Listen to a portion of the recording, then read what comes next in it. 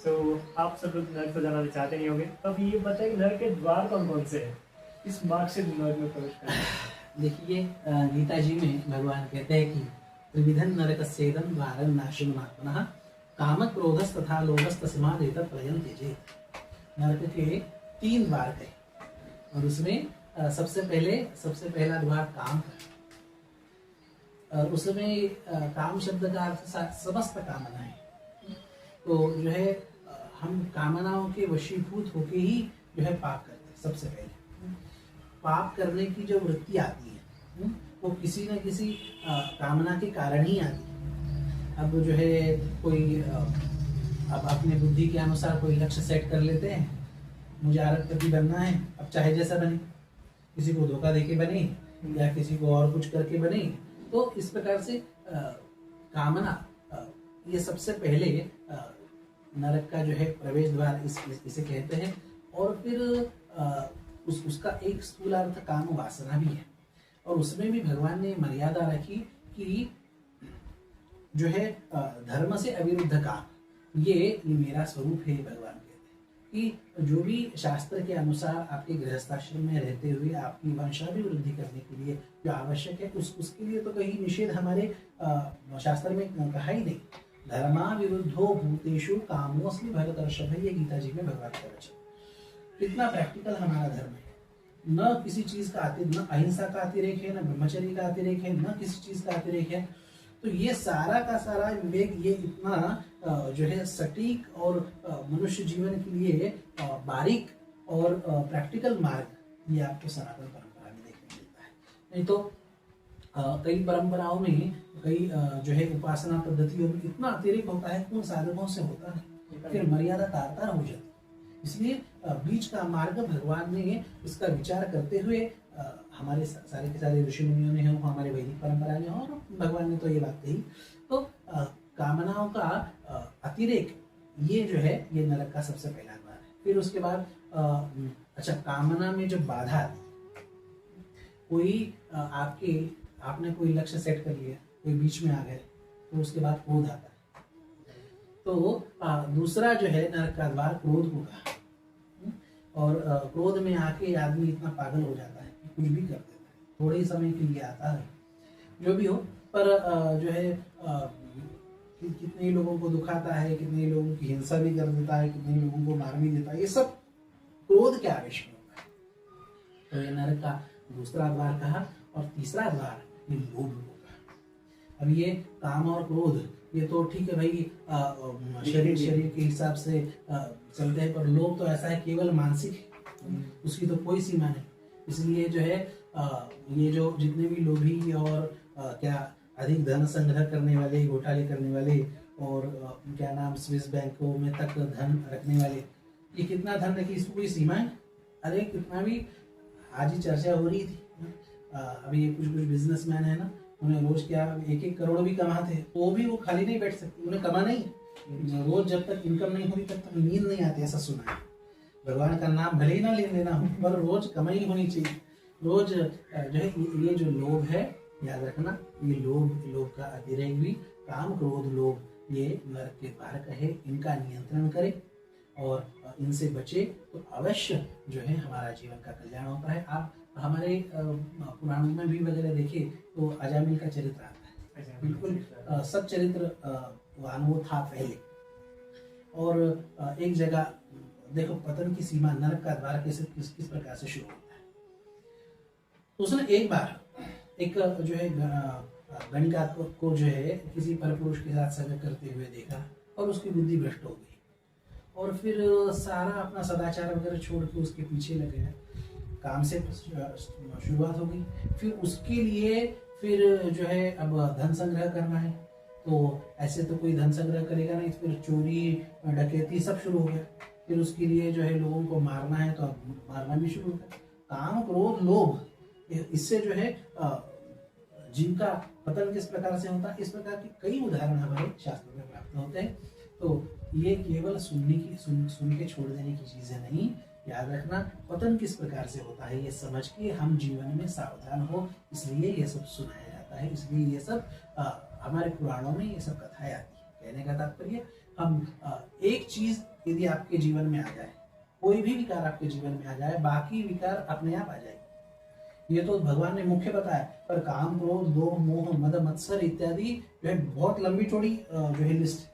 तो एक भी विकार अपने जीवन में आ जाए, प्रबलता से आ जाए, तो याद रखना बाकी सारे विकार आ जाए। सब भाई भाई, ये एक जब आ जाता है, घर में बच जाता है, तो वो बाकियों को भी बुला लेता है। इसलिए बहुत सावधान होके अपना जीवन अच्छे नीति मूल्यों पे चले, धर्म के मार्ग में चले, भगवान की भक्ति के मार्ग में चले, इसका हमें प्रयास करना चाहिए। धन्यवाद गुरु जी। सो आप सभी को पता होगा कि कलयुग में जीव काफी अल्प भाग्य रहता है, मतलब उसके भाग्य का भाग्योदय बहुत मुश्किल से होता है। सो हम लोग धर्मशास्त्र का अध्यात्म से अपने भाग्य का उद्धार कैसे करें? देखिए, इसी के लिए हमारे शास्त्र में, हमारे ग्रंथों में अपना भाग्य का उदय करने के लिए पुरुषार्थ करें, प्रयास करें। अब प्रयास के भी दो प्रकार होते हैं, एक होता है लौकिक प्रयास और एक होता है अलौकिक प्रयास। अब जो है, कई लोग आप देखते हैं बहुत मेहनत करते हैं, अब उनके लौकिक प्रयास में कोई कमी नहीं रहती, और वो डिजर्व, यदि उनका आप जीवन भी देखिए, चर्या भी देखिए, उनका जो है सेंस ऑफ ह्यूमर भी देखिए, उनका ब्रिलियंटनेस भी देखिए, उनका हार्डवर्क भी देखिए, तो लगता है कि ही deserves very much, but he is not getting. वो जो है वो मैनेजर की पोस्ट डिजर्व करता है, और जो है छोटा जो है कर्मचारी बन के जो है अपना जीवन व्यतीत कर रहा है। तो योग्यता होने के बावजूद भी, प्रयासों में कोई कमतरता ना होने के बावजूद भी, जो है अध्ययन में, हार्ड वर्किंग में, ब्रिलियंटनेस में, हर चीज में आगे होने के बावजूद भी जो है वो बहुत चीजें प्राप्त नहीं कर सकता। तो इसका कारण क्या है? लौकिक प्रयास में कोई कमी नहीं है, अलौकिक प्रयास में। याद रखना, लौकिक और अलौकिक प्रयास, दोनों प्रकार के प्रयास करने से मनुष्य अपने भाग्य को बदल सकता है, परिपूर्ति की ओर लेके जा सकता है। अभी इसलिए दोनों का साथ जीवन में हो, इस बात को ध्यान में रखिए। अरे कई उदाहरण हमारे इसमें हमारे समक्ष आए कि बहुत कोई ब्रिलियंट स्टूडेंट है, कोई बहुत अच्छा होशियार विद्यार्थी है, पर जो है परीक्षा के समय वो बीमार पड़ जाता है, परीक्षा के समय और कुछ अड़चन आ जाती है। ऐसा तो जो है कभी 99 के नीचे नहीं आए, ऐसे भी लोग हैं हमारे देखने में कि जो है 100 आउट ऑफ 100 जो है टीचर्स को देने पड़े, इतना उनका ब्रिलियंटनेस, किसी भी आधा मार्क भी नहीं कट कर पाए। इस प्रकार के अच्छे होने के बावजूद भी जो है कोई ना कोई अड़चन आ जाती है, और जो है उनका सपना हो, उनकी योग्यता के अनुसार उन्हें नहीं मिलता। इसलिए लौकिक और अलौकिक दोनों प्रयासों से युक्त हो। अब लौकिक प्रयास क्या है, ये आपको बताने की मुझे नहीं लगता आवश्यकता है। जिसे बिजनेसमैन बनना है, वो हार्डवर्क करके अपना जो है बिजनेस ग्रो करे, जिसे जो है और जॉब में ऊंचाई हासिल करनी है, वो अपना सफर तय करे। अब बात आती है अलौकिक प्रयास। अलौकिक प्रयास के लिए ही जो है हमारे यहाँ जितने भी धार्मिक हमारी जो शैली बताई कि जो है हम सुबह उठे, हम भगवान की पूजा करें, हम माला फेरें, हम सुबह सुबह भगवान का स्मरण करें, माता पिता जी को प्रणाम करें, हम कोई पाप ना करें, ये जो सारी की सारी जो जीवनचर्या है ना, वो अलौकिक प्रयास है कि हमारे जीवन में पुण्य का वर्धन। अच्छा, कुछ विशेष हमें उन्नति हासिल करनी है, हमारा लक्ष्य है। अब हम उस लक्ष्य के लिए हम जो है कई लौकिक प्रयास तो करते ही हैं, पर अलौकिक प्रयास भी जो है होने चाहिए। उसी अलौकिक प्रयास में ज्योतिष की परंपरा भी आती है। ज्योतिष के अनुसार जो भी उपाय हमें बताए जाते हैं, वह उपाय हम करें। पर आजकल देखा जाता है कि वेद, शास्त्र इत्यादियों के अनुसार ज्योतिष बताने वाले भी कर, बाकी आपको जो है वेस्टर्न कल्चर के अनुसार बताएंगे, आपको इस ग्रह को ठीक करने के लिए आप पानी पूरी खाइए, आप समोसा खाइए, आप ये खाइए। तो इस प्रकार के अनाप शनाप उपाय बताने वाले ये अधिक हो गए। जो है उपाय भी इस प्रकार से हो कि हमारे वेद शास्त्र के अनुसार, जो है हमारी परंपरा के अनुसार जो उपाय बताते हैं ना, इससे आपको क्षणिक भी उन्नति प्राप्त होती है और पारलौकिक भी आपका पतन नहीं। केवल यहाँ का क्षणिक विचार करके काम नहीं होता। जिस प्रकार से बड़े बूढ़े हमें हमारे बच्चों को ये समझाते हैं कि भाई केवल अभी कुछ ये जवानी के जवानी का विचार मत करो, तुम्हें भी बुढ़ापा आना है। तो उस समय में भी हमारी आदतें, हमारी वृत्ति, हमारा भाग्य, हमारा जो है जीवन उज्जवल हो, इस प्रकार से प्रयासरत हो, और वो होता है शास्त्रीय उपाय से। इसलिए जो है ज्योतिष के हो या और भी कोई उपाय हो, ये सारे के सारे उपाय अपने शास्त्र में जिस प्रकार से कहे हैं उसका जो है अनुकरण करना चाहिए। अब एक आप आज इस ज्ञान चर्चा में, आज इस इंटरव्यू में, पॉडकास्ट पे एक बताना चाहते हैं $1,000,000 इस प्रकार की सलाह है। कई ज्योतिषी जो है ग्रहों के नाम पे डराती भी है। आपका राहु, केतु, मंगल और शनि इस प्रकार से खराब है कि बेचारे डर के और भी कुछ पहले ही बेचारे दुखी होते और डर के जो है और भी जो है घबरा जाते हैं। क्या ऐसा उपाय, किस प्रकार की ऐसी जीवनचर्या है हो कि कोई ग्रह जो है आपका बाल बाका ना करे? हमारे शास्त्रों में बहुत सुंदर इसका जो है वर्णन किया गया। देव ब्राह्मण वंदनात् गुरुवच संपादनात् प्रत्यहम साधु नाम विभाषणात् श्रुतिरवत् श्रेयस कथा करणात् होमादबर दर्शनात् शुचि मनो भावात् जपादानतो नो कुर्वन्तु कदाचित् देव पुरुष सेवन ग्रह पीड़ा। उस पुरुष को ग्रह कभी पीड़ा नहीं देते जो हमेशा, जो उसके जीवन में, उसके रोज के उसकी लाइफस्टाइल कैसी होनी चाहिए, जो साधु ब्राह्मणों का, देवताओं का नित्य दर्शन करता हो, अपने श्रेष्ठ जनों की आज्ञा उसका पालन करता हो, प्रतिदिन जो है सज्जनों से उनका संग करता हो। सत्संग शब्द का अर्थ ये मत समझना कि केवल प्रवचन में बैठना है। जो भगवान के भक्त है, आप उनका भी संग करेंगे ना तो भी भगवान के भक्ति का असर होता है। जो भगवान की नित्य कथा सुनता है, भगवान की कथा जो है केवल ये कोई हिस्ट्री नहीं है। भगवान की कथा का इस प्रकार का महात्म्य है कि जब हम भगवान की कथा सुनते हैं, भगवान के नाम, रूप, गुण, लीला, धाम, इनका जब हम महात्म्य सुनते हैं, हमारे सुनते सुनते भी हमारे पाप कट जाते हैं। तो इस प्रकार से भगवान की जो कथा सुनता है, जो नित्य हवन करता है, जो यज्ञ नहीं कर सकता, नित्य कभी कभी यज्ञ कर सकता है, पर कोई यज्ञ के दर्शन भी करे ना तो भी जो है ग्रह उसे पीड़ा नहीं देते। जो अपना अंतःकरण पवित्र रखता है, जो हमेशा भगवान नाम का जप करता है, जो दान करता है, ये यदि आपके जीवन में नित्य है तो याद रखना कोई भी ग्रह आपका कोई जो है बाल बाका नहीं कर सकता, आपको पीड़ा नहीं दे। ये हमारे शास्त्रों में, इसलिए आपको जो है श्लोक पढ़ के लिखा है। तो ये हमारे ज्योतिष के ग्रंथों में लिखी हुई बात।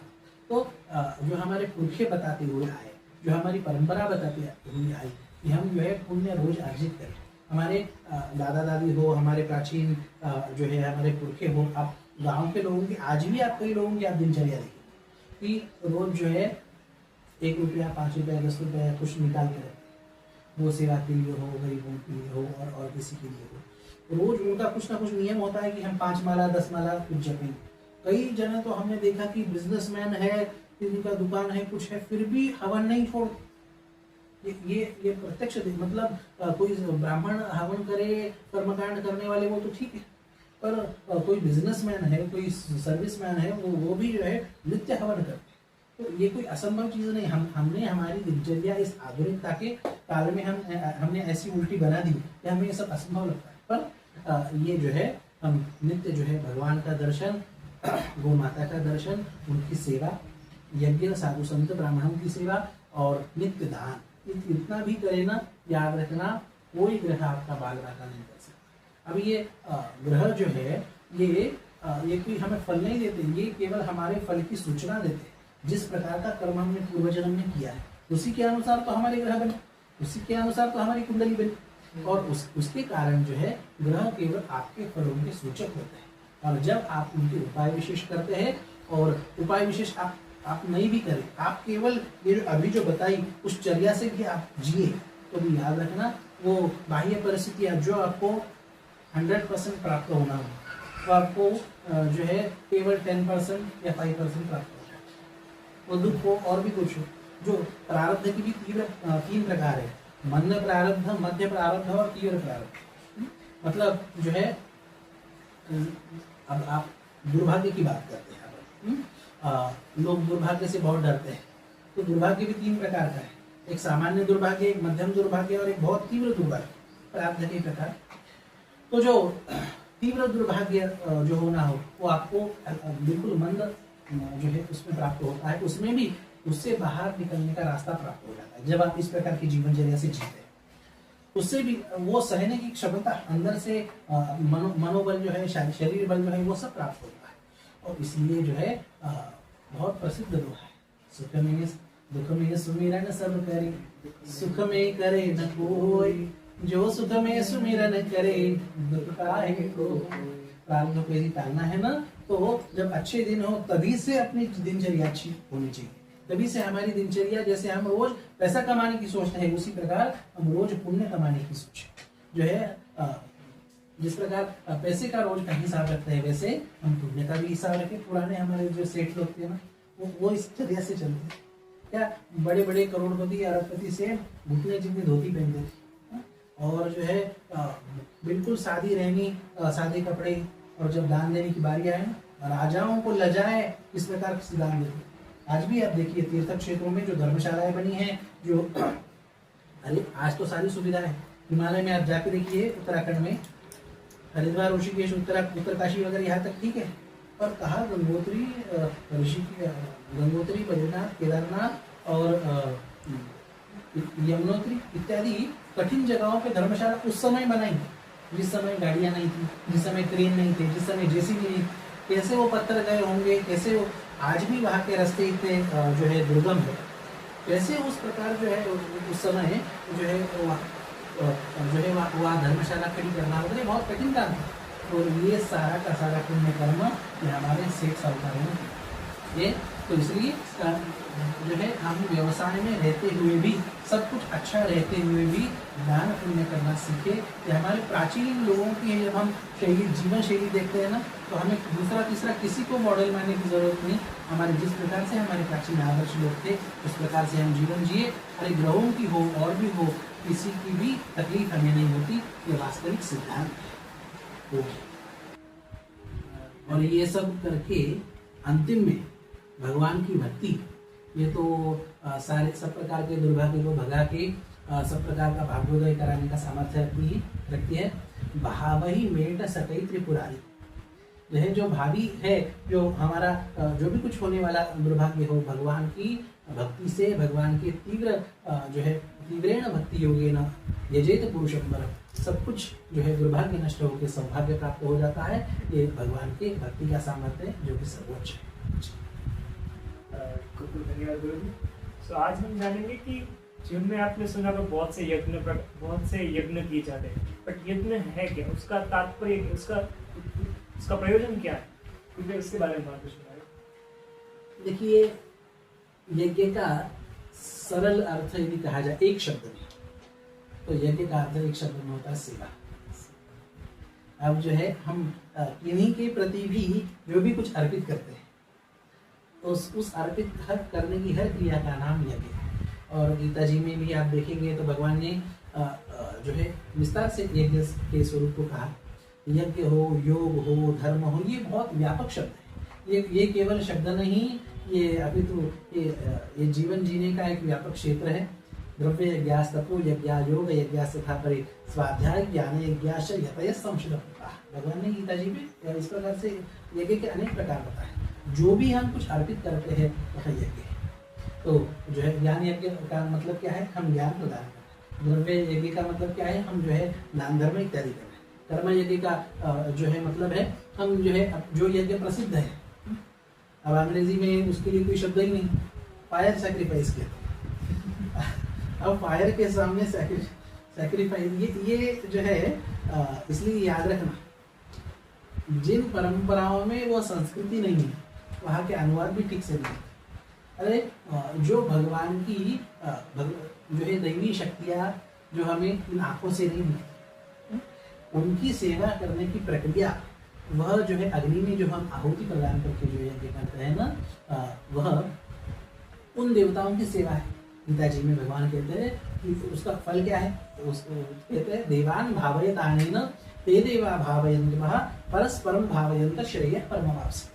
आप उन देवताओं की सेवा जो है आहुति और यज्ञ इत्यादियों के माध्यम से कीजिए, और वो देवता आपकी जो है कामनाएं पूर्ति करके जो है आपको आपका पारमार्थिक कल्याण करेंगे। इस प्रकार दोनों का जो है आपसी जो है प्रेम भाव, उससे श्रेय प्राप्त होगा। इस प्रकार से यज्ञ की कल्पना, यज्ञ की भावना ये हमें जो है भगवान ने प्रदान की, हमारे वेदों ने, हमारी परंपरा में प्रदान की। अब जो है यज्ञ के मुख्य 3 प्रकार है, यज, देव पूजा, संगतिकरण, दानेशु।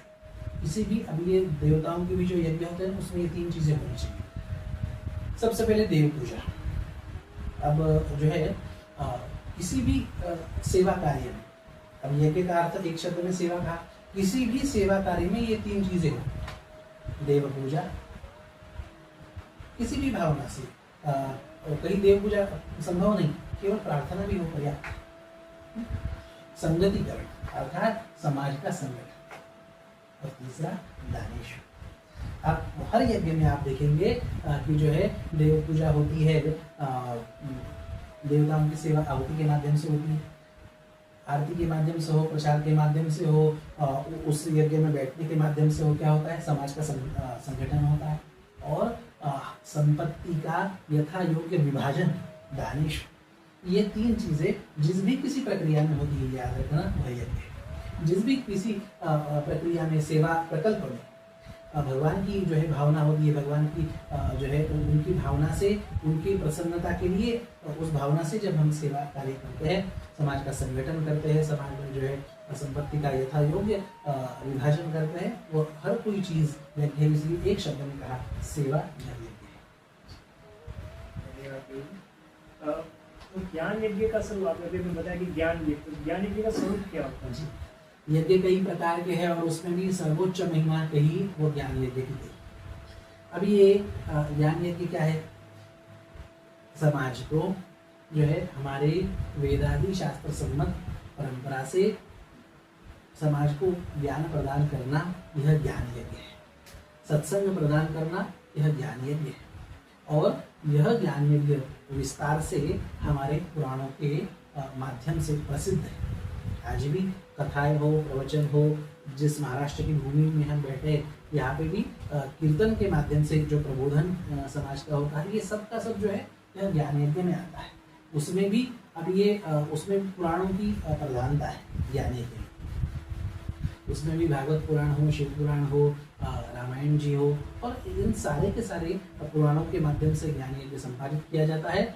और यह ज्ञान यज्ञ समाज को सही दिशा, समाज का सही प्रबोधन, समाज में सकारात्मक परिवर्तन लाने के लिए ज्ञान यज्ञ जैसा दिव्य साधन नहीं। पर आजकल यदि हम देखेंगे तो जो है टीवी पे हो, अलग अलग चैनल्स पे हो, कई कथाएं आती है, कई प्रवचन आते हैं, पर लोगों की शिकायत आती है, लोग बड़े दुख से आते हैं कि जो है महाराज न उसमें हमारे जीवन को कोई दिशा देने की चीज़ हमें प्राप्त होती है। उसमें नाचना होता है, गाना होता है, चुटकुले होते हैं और सब चीज़ें। उस समय तो समझ में नहीं आता, उस समय हम भी नाच लेते हैं, उस समय में हम भी जो है बढ़िया छप्पन मुँह खा के फ्री हो जाते हैं। बाद में जब सोचते हैं 7 दिन के बाद मिला क्या, खर्चा हो गया, सब हो गया, दिखावा हो गया, सब हो गया, मिला क्या? न जीवन को दिशा मिली, न और कुछ मिली। ऐसे कई जो है कथा प्रवचनों का प्रचलन अधिक है। पर हम इतना ही कहेंगे, जो भी कुछ हो रहा है, यदि समाज इस चीज़ों के प्रति जागरूक रहे तो ये सब चीज़ें बंद हो सकती हैं। अरे हमारे पुराणों में इस बात को इतनी बारीकी से कहा कि पुराणों के लिए, ज्ञान यज्ञ के लिए वक्ता किस प्रकार से, यदि वक्ता अच्छा हो तो जो है वह ज्ञान यज्ञ जिस प्रकार से शास्त्र में कहा है उस प्रकार से वो होगा। तो उसमें भी तस्मात् गुरुं प्रपद्येत जिज्ञासु श्रेयमुत्तमं शाब्दे परे च निष्णातं ब्रह्मण्योपसमाश्रय। वो श्रोत्रिय हो, ब्रह्मनिष्ठ हो, विरक्तो वैष्णवो विप्रो, वेदशास्त्र विशुद्धिकृत, दृष्टान्त कुशलो धीरो, वक्ता कार्योऽति स्फुरा। ये भागवत जी के महात्म्य से बता रहे हैं। भागवत जी हो, शिव पुराण हो, देवी भागवत हो, आप हर जो है हर पुराण के महात्म्य में आप वक्ता का लक्षण पढ़ना चाहिए। जो वेद शास्त्र का अध्ययन करके तदनुसार जिसका जीवन है उसी को हम जो है वक्ता रूप में स्वीकार करें। और ऐसे जो है सदाचारी जो है व्यास जी से, ऐसे सदाचारी वक्ताओं से जब हम ज्ञान ग्रहण करते हैं तब जाके वह ज्ञान यज्ञ जिस प्रकार से शास्त्र को अनुरूप हो उस प्रकार से सिद्ध होता है। नहीं तो कथाएं तो कई हो रही है, नाच गाना तो बहुत होता है, पर उससे समाज को लाभ प्राप्त होने के बजाय, समाज को संस्कार प्राप्त होने के बजाय, समाज को अच्छे जीवन मूल्य, नीति मूल्य, आध्यात्मिकता प्राप्त होने के बजाय जो है मजाक बन के रह जाता है। और इसलिए ज्ञान यज्ञ का वास्तविक स्वरूप है हमारे वेद शास्त्र पुराण, इनके अनुसार जो है व्याख्यान हो, प्रवचन हो। और कई बार तो ऐसा देखते हैं, अभी आयोजकों के भी तरह तरह के हम जो है नमूने देखने में आते हैं। जाके संग 10-20 है ताको नाम महंत। अब वो कथा जब रखानी है तब वो ये नहीं देखते कि उसका जो है ज्ञान पर किस प्रकार से है, उसका अनुष्ठान क्या है, उसका जो है जीवन में कितनी सात्विकता, ये नहीं देखते। आगे पीछे कितने लोग हैं और एटमॉस्फेयर कैसा है और रहने के किस प्रकार से हाई फाई है, वीआईपी है। आप ये सब चीजें देखोगे तो वास्तविक ज्ञान यज्ञ का संपादित होगा। वास्तविक जो है वेद शास्त्र के अनुसार अध्ययन करते हुए, उसके अनुसार जीवन जीते हुए, उसी के अनुसार व्याख्या जहाँ पे होती है वो ज्ञान यज्ञ समझना चाहिए। इसलिए वक्ता चुनने से पहले एक बार उनका सुने। ये नहीं कि यूट्यूब पे जो है सुन के वाह उनकी आवाज क्या है और उनका प्रेजेंटेशन क्या है, इन सब चीजों से दिखावा तो हो सकता है, ज्ञान यज्ञ सिद्ध नहीं होता। वह वक्ता वह जो है उस व्याख्यान में, उस प्रवचन में, वो उस ज्ञान प्रदान में शास्त्र के अनुसार बोल रहा है कि इस बात को समाज को भी सोचना चाहिए। आज यदि ये नहीं सोचेंगे तो याद रखना आने वाला समय बहुत विकृत है। कोई भी पढ़ना ही नहीं चाहता। छोटे छोटे बच्चे जो है और भी कई जो है वक्ताएं तैयार होते, किसके बल पे? कोई संगीत के बल पे तैयार हो रहा है, कोई चुटकुले के बल पे तैयार हो रहा है, कोई और किसी बल पे तैयार हो रहा है। कहने का मतलब जो है न वेद शास्त्रों का अध्ययन है, न तदनुसार जीवन है, न उस प्रकार का पुण्यमय जीवन है। और जब स्वयं दिशाहीनता जब जीवन में होती है और ऐसे लोग जब प्रबोधित करते हैं तो समाज में भ्रम उत्पन्न होता है, समाज में दिशाहीनता आती है। इसलिए जो है वह जिस भी हम वक्ता से सुने वो किस शास्त्र के अनुसार प्रमाण देते हुए बोल रहा है कि नहीं, इस बात को बहुत बारीकी से समझना चाहिए। हम जिस महाराष्ट्र में बैठे हैं, यहाँ की कीर्तन परंपरा में एक बहुत अच्छा नियम है, वक्ता को प्रमाण से बाहर नहीं जाना चाहिए। उसे हर चीज जो बोलनी है उसमें जो हर सिद्धांत बोला उस पर उसे प्रमाण देना है। भले ही संतों का प्रमाण दे, शास्त्र का प्रमाण दे, जो भी हो, पर वो संत और शास्त्र इससे बाहर न जाए। तो ये जो है ये अनिवार्यता ये यहाँ की कीर्तन परंपरा में है। तो कहने का तात्पर्य जो है अब जो है चर्चा तो कई होते हैं, इंटरव्यू कई होते हैं, पर आज भी आप देखेंगे कि क्यों गीता जी के बार-बार प्रमाण दिए जा रहे हैं, क्यों जो है अन्य शास्त्रों के उदाहरण दिए जा रहे हैं, क्योंकि हम हमारे बुद्धि से ना सोचे, हम शास्त्रों की बुद्धि से सोचे। इस प्रकार से हमारी परंपरा में प्रमाण किसे माना है? हमारी परंपरा में प्रमाण शास्त्रों को माना है। गीता जी में आप देखिए, अर्जुन को भगवान ने विराट स्वरूप का दर्शन कराया और सब कुछ चमत्कृत किया, सब कुछ किया, और भगवान ने ये नहीं कहा कि अर्जुन तुम मुझे प्रमाण मानो।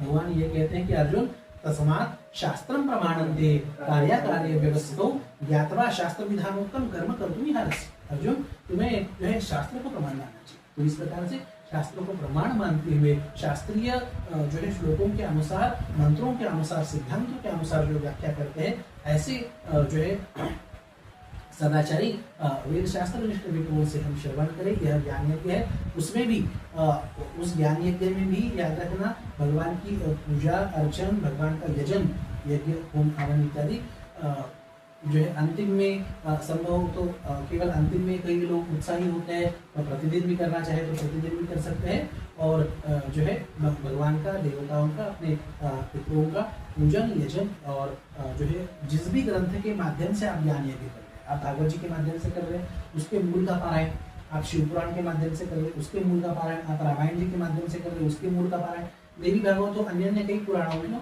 तो हम जब भी कथाएं इत्यादि करते हैं तो इन सब बारीकियों का हम विचार करते हैं, समाज को जो है जागरूक करते हैं। कथाएं ये कोई फंक्शन नहीं है, ये जीवन में, अपने जीवन में सकारात्मक परिवर्तन लाने का यह एक हमारे ऋषि मुनियों ने, संतों ने, भगवान ने दिया हुआ यह प्रकल्प है। इसलिए जो है कोई जो है देवताओं का यज्ञ हो या ज्ञान यज्ञ हो, पुराणों की कथा प्रवचन हो, तो अब हमें तो इस माध्यम से हर जगह जाने का प्रायः अवसर प्राप्त होता है, जाना पड़ता है। तो ये समाज में इसका रुझान हो, इसका हमारा व्यक्तिगत प्रयास होता है। और आप कहीं पर भी करें, आप कहीं से भी करवाएं, पर इन सब चीज़ों का बारीकाई से आप जो है जीवन में लाते हुए आप ज्ञान यज्ञ कराएं। तो याद रखना, एक ज्ञान यज्ञ भी आपका जीवन सफल कर सकता है, इतना महात्म्य इस ज्ञान यज्ञ का होता है। इसलिए पुराणों के कथा प्रवचन, गीता हो, भागवत जी हो, शिव पुराण हो, इत्यादियों के माध्यम से हम सेवन करें, यही ज्ञान यज्ञ का वास्तविक स्वरूप है। धन्यवाद गुरु जी। सो आप सभी को विदित होगा कि हम सब गृहस्थ आश्रम में, तो हमारे गृहस्थ आश्रम में काफ़ी कामनाएं रहती है, उन्नति की आकांक्षा रहती है। तो उस उन्नति को पूरा करने के लिए हमको कर्म भी करते हैं, तो क्या हमें कर्म करना उचित रहेगा? देखिए, मनुष्य जीवन है तो कामनाएं तो निश्चित होती है। कामनाएं हैं इसीलिए जो है जीवन प्राप्त होता है। यदि हम निष्काम होते तो हम मुक्त हो गए होते हैं, जीवन में नहीं होते। संतों ने कहा है कि जो है कुछ ना कुछ इच्छा, आकांक्षा, वासना, उसी के कारण जन्म प्राप्त होता है। अब वासना के भी प्रकार होते हैं, सद्वासना और असद्वासना। वासना मतलब केवल बुरी ही नहीं, ये मत समझिए। इच्छा मात्र का नाम वासना है। तो चाह, संतों ने तो बहुत कड़े शब्दों में कहा, ये चाह ऐसी चीज है, चाह चमारी चुंदरी, चाह नीचर की नीच, तू तो पूर्ण ब्रह्म था यदि चाह न होती बीच। ये यदि कामना बीच में नहीं होती तो तुम तो ब्रह्म स्वरूप थे। ममई वांशो जीवलोके जीवभूत सनातन, भगवान के अंश है, ईश्वर अंश जीव विनाशी, चेतन अमल सहज सुदराशि। तो हम ईश्वर के अंश होने के बावजूद भी कामनाओं के कारण जो है हमें जो है जीवत्व आ जाता है। और जब हम गृहस्थ में जब हम हमारी जीवनचर्या गृहस्थ में चल रही है, तो इस बात को स्वीकार करना पड़ेगा कि कोई 100% निष्काम नहीं हो सकता।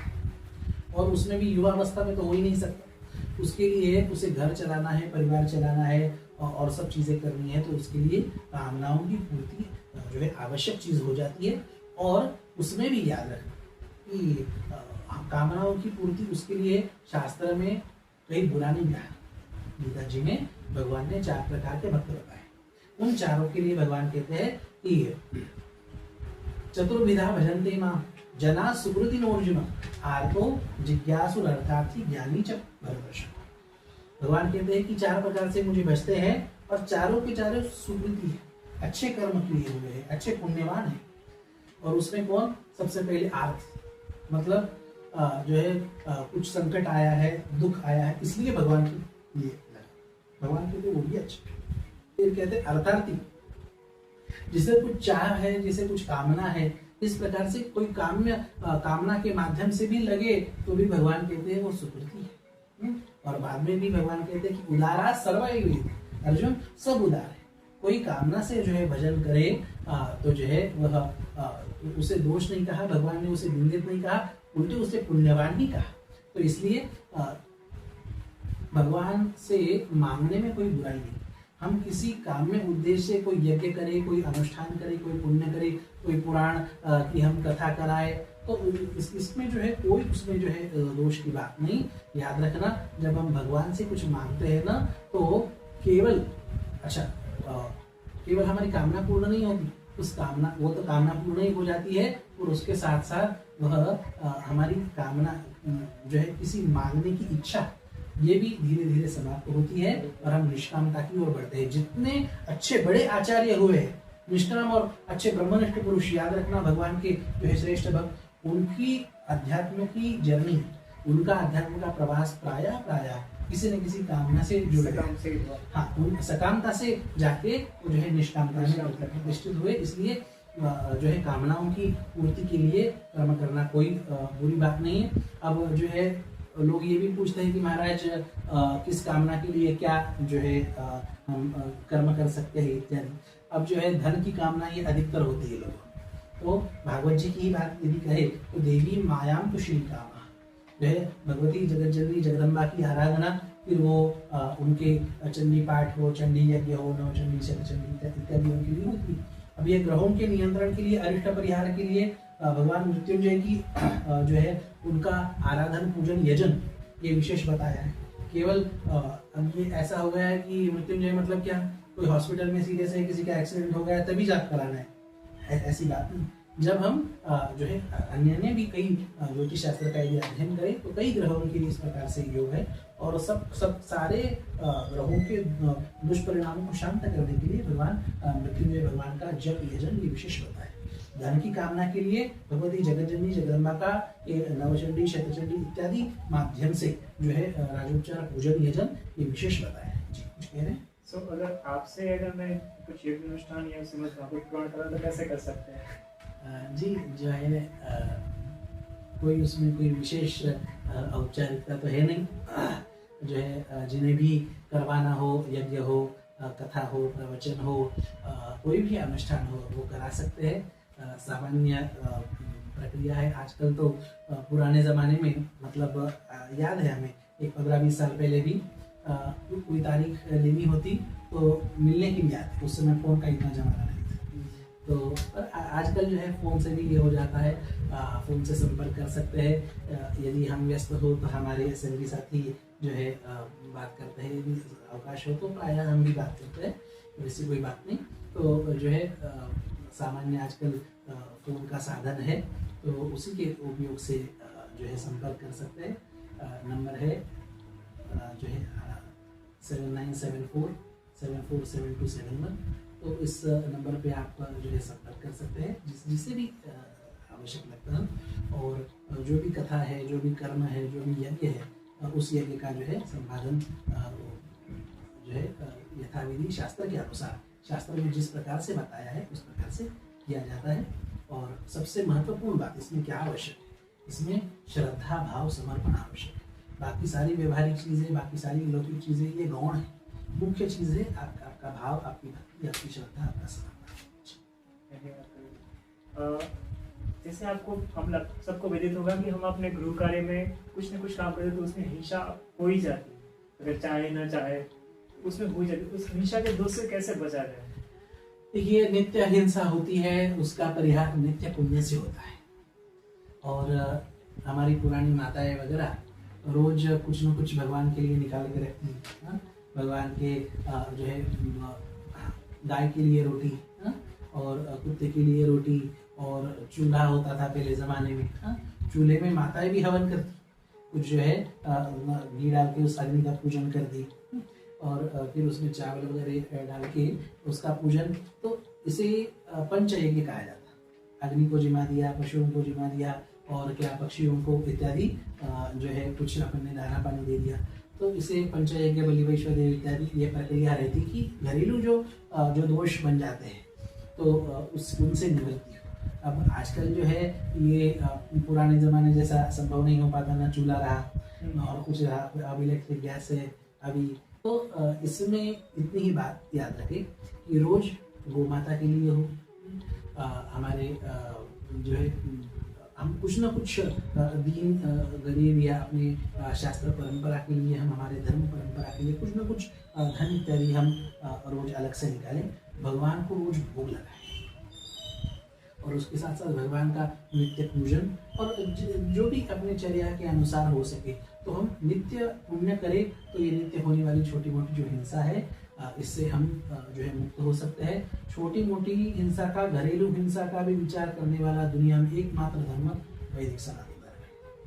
ये दूसरी परंपराओं में तो आदमी भी मारने का दोष नहीं हुआ, तो आदमी मारने की बात कही जाती है, पर जो है इतनी बाकाई से जो है हमारी जो है सारी की सारी चर्या का विचार करने वाली परंपरा ये हमारी वैदिक परंपरा है। इसलिए जो है बहुत भाग्यवान है कि हम विश्व के सबसे प्राचीन परंपरा में हमें जन्म, विश्व के सबसे शांति प्रिय परंपरा में हमें जन्म मिला। इसका हमें सौभाग्य होना चाहिए। इसलिए केवल कहने की बात नहीं कि गर्व से कहो हम हिंदू है, ये जीवन जीने की बात है। गर्व से कहो हम हिंदू है, हमें पता नहीं कितने जन्मों का पुण्य किया है, तब जाके हम जो है इस दिव्य परंपरा में जन्मे। नहीं तो किसी विदेश में जन्म लेते और कुछ होते, कहीं से कटे पीटे होते, और इस प्रकार से जीवन होता दूसरे परंपरा में, तो भगवान की जो है इस प्रकार हमें अनुग्रहता ये प्राप्त नहीं होती, यह शांति प्रिय यह जीवन हमें प्राप्त नहीं होता। भगवान की विशेष कृपा है, और इसलिए इस मौके को नहीं गंवाना चाहिए और नित्य पुण्य करते हुए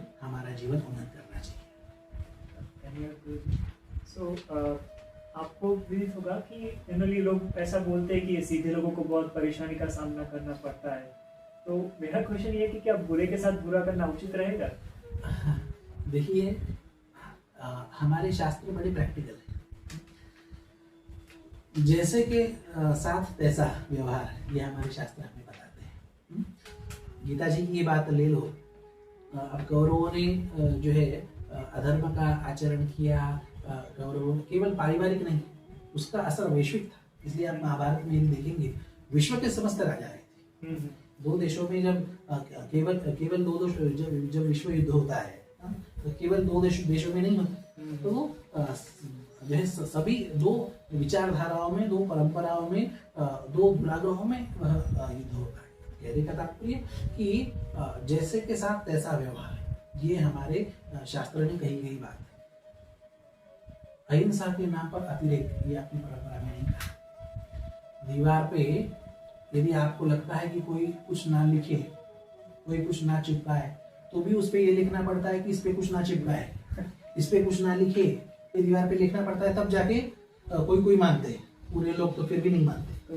हाँ, भारत में तो यहाँ पे ना थूके लिखे तो वही भी जाके गंदगी कर देंगे। तो कहने का तात्पर्य कि जो है, देखिए, अहिंसा का भी जो है बहुत सकारात्मकता से विचार, सज्जनों के साथ अहिंसा है और दुर्जनों के साथ उसी प्रकार से उत्तर देना चाहिए। हनुमान जी के शब्दों में कहा जाए, जिन मोहि मारा तिन मोहि मारे। सीता मैया के सामने जो है हनुमान जी कहते हैं, सीता मैया ने कहा कि तुमने क्यों खड़े हो और क्यों मारा?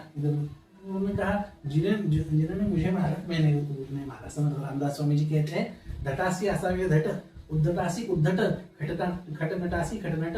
जो जिस प्रकार से है उसके साथ उस प्रकार का व्यवहार करना चाहिए। अर्जुन कह रहा था कि मैं भाग जाऊंगा, भगवान ने कहा नहीं, युद्ध करो। और जो है यही विचार ये हमारे धर्मशास्त्रों का है। भगवान प्रभु रामचंद्र वन में गए, धनुष लेके गए। क्यों? क्योंकि पता है हम सज्जन है, हम मर्यादा पुरुषोत्तम है, और वहां के राक्षस मर्यादा पुरुषोत्तम नहीं। तो कहने का तात्पर्य, समाज जिस प्रकार के लोग हैं उसी प्रकार का जो है आचरण हमारा होना चाहिए। और यही विचार आज हमारे भारत सरकार की नीति में भी दिखता है। तो इसलिए ये अभी जो हुआ है ऑपरेशन सिंदूर, बहुत ही सराहनीय इस प्रकार से ये ऑपरेशन हुआ है। ये दुष्टों को प्रेम की भाषा 70 साल से जो है इन्हें समझाने का प्रयास हुआ, कुछ उससे फर्क हुआ? वो कुत्ते की पूंछ की तरह वह सीधे नहीं होते। और इसलिए ये एक उदाहरण है कि जो है केवल सज्जनता से काम नहीं चलेगा। हाथ में जो है भाला आवश्यक है, जैसे को तैसा उत्तर देना यह आवश्यक है। इसलिए उसमें कोई बुराई नहीं कि जो है हम जैसे के साथ ऐसा व्यवहार करें। व्यवहार हम गृहस्थ आश्रमी हैं, तो हमें उसी प्रकार से हमें जो है व्यवहार करना पड़ता है। और मन में किसी के प्रति दुर्भावना ना रहे। पर जो है जब कठोर जीवन में जो है जीने का प्रसंग आता है, तब कठोरता से हम पेश आए, इस बात को याद रखें। वो जो अभय दान की बात है ना, वो सन्यासी के लिए है। हर एक के लिए कर्तव्य का विभाजन अलग है। सन्यास की विधि में एक विधि होती है अभय दान। किसी भी जीव को अब मुझसे अभय नहीं। तो कहने का तात्पर्य कि सन्यास्त के लिए वो जो है कर्म अलग है, उसका वो दायित्व अलग है, उसका वह कर्तव्य अलग हो सकता है। पर गृहस्थ के लिए, व्यवहारिक मनुष्य के लिए जैसे के साथ तैसा रहना यह आवश्यक होता है। धर्मराज युधिष्ठिर जीता जागता उदाहरण है कि जो है भोलेपन से रहे तो जो है बारंबार पीड़ित होना पड़ा। और इसलिए धर्मराज युधिष्ठिर जी को ही यक्ष प्रश्न के प्रकरण में यक्ष ने एक प्रश्न पूछा है कि किमस्विदेक परम धर्म, धर्म का एक शब्द में जो है आप उसका अनुवाद बताओ। तो उन्होंने कहा, अब आप सोचिए क्या कहा होगा। कोई कहेगा सेवा ये धर्म है, कोई कहेगा दया ये धर्म है, कोई कहेगा अहिंसा ये धर्म है। धर्मराज युधिष्ठिर ने कहा, दाक्षम एक पदम धर्म, दक्षता, सावधानी, ये हाँ सावधानी, ये धर्म का ये एक शब्द में ये धर्म की व्याख्या है। जो है हर प्रकार की सावधानी, वो ये लौकिक सावधानी हो, हमारे पारलौकिक कल्याण के लिए सावधानी हो, हर प्रकार से रखी हुई सावधानी ये धर्म का यह मुख्य सिद्धांत है। धर्म का यह वास्तविक अर्थ है। ये एक पद में, एक शब्द में धर्म की व्याख्या। इसलिए जो है हम सावधानी, हम किसी का बुरा न करें, हम किसी का बुरा न चाहे, और कोई यदि बुरा व्यवहार करता है उसके साथ उसी प्रकार से रहने का सामर्थ्य रखे, क्षमा भी उसे शोभा देती है जो बलवान हो। हम्म, इसलिए स्वयं बलवान हो और उस प्रकार के हम अधिकारी बने, यही संदेश है। हिंदू समाज को आज जागृत होना, हिंदू समाज को आज बलवान होना, ये बहुत आवश्यकता है। केवल जो है क्षमा के नाम पे, केवल सहनशीलता के नाम पे, केवल भाईचारे के नाम पे आज हमारी इतनी दुर्दशा हो गई। इस देश में बहुसंख्य होते हुए भी आज हमें जो है हम हमारे धर्म को मारते हुए, मन को मारते हुए जीना पड़ रहा है। यह किसका फल है? यह दक्ष न रहने का फल है, ये असावधानी रखने का फल है। देश के 2 टुकड़े हो गए, फिर भी आज हिंदू समाज जो पीड़ित हो रहा है ये असावधानी के कारण है। इसलिए हिंदू संगठित हो और जैसे को तैसा उत्तर देने का सामर्थ्य रखे। इसी में हमारे सभी समाज का और सभी धर्म प्रेमी सज्जनों का कल्याण है। केवल सज्जन होना पर्याप्त नहीं, समर्थ सशक्त सज्जन होना आवश्यक है। धन्यवाद आप सबका। धन्यवाद गुरु जी आपका इस ज्ञान चर्चा के लिए। अगर दर्शकों को भी कोई प्रश्न है तो आप हमें कमेंट बॉक्स पे जरूर भेजिए। हम आपके नेक्स्ट क्वेश्चन आंसर में जरूर इंक्लूड करने का प्रयास करेंगे। खूब खूब धन्यवाद। नमः पार्वती पतये, हर हर महादेव। गोपाल कृष्ण भगवान की जय, प्रभु रामचंद्र भगवान की जय।